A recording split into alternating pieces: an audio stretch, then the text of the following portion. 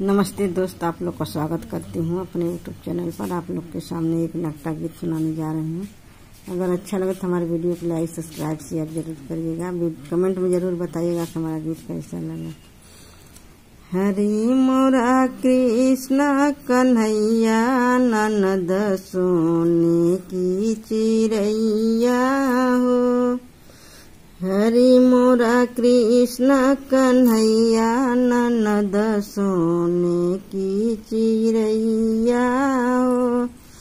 ये अपने ननद जी के बीए पढ़ैबो, अपने ननद जी के एमे पढ़ैबो, अपने ननद जी के बीए पढ़ैबो, अपने ननद जी के एमे पढ़ैबो। पास करावे उनकर भैया, ननद सोने की चिड़ैया हो। पास करावे उनकर भैया, ननद सोने की चिड़ैया हो। हरि मोरा कृष्ण कन्हैया, ननद सोने की चिड़ैया हो। हरि मोरे कृष्ण कन्हैया, ननद सोने की चिड़ैया हो।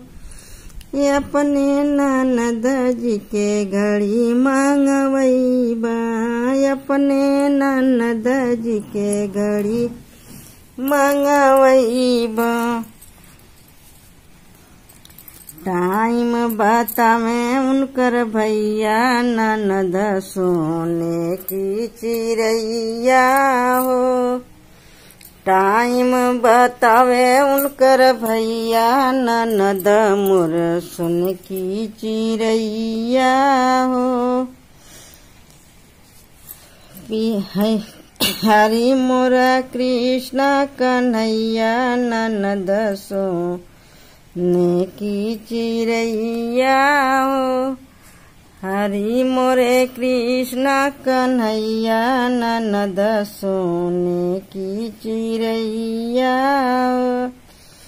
अपने ननद जी का ब्याह रचाइब, अपने ननद जी का ब्याह रचाइब। दुल्हा बने उनकर भैया, ननद सोने की चिड़ैया हो। दुल्हा बने उनकर भैया, ननद सोने की चिड़ैया हो।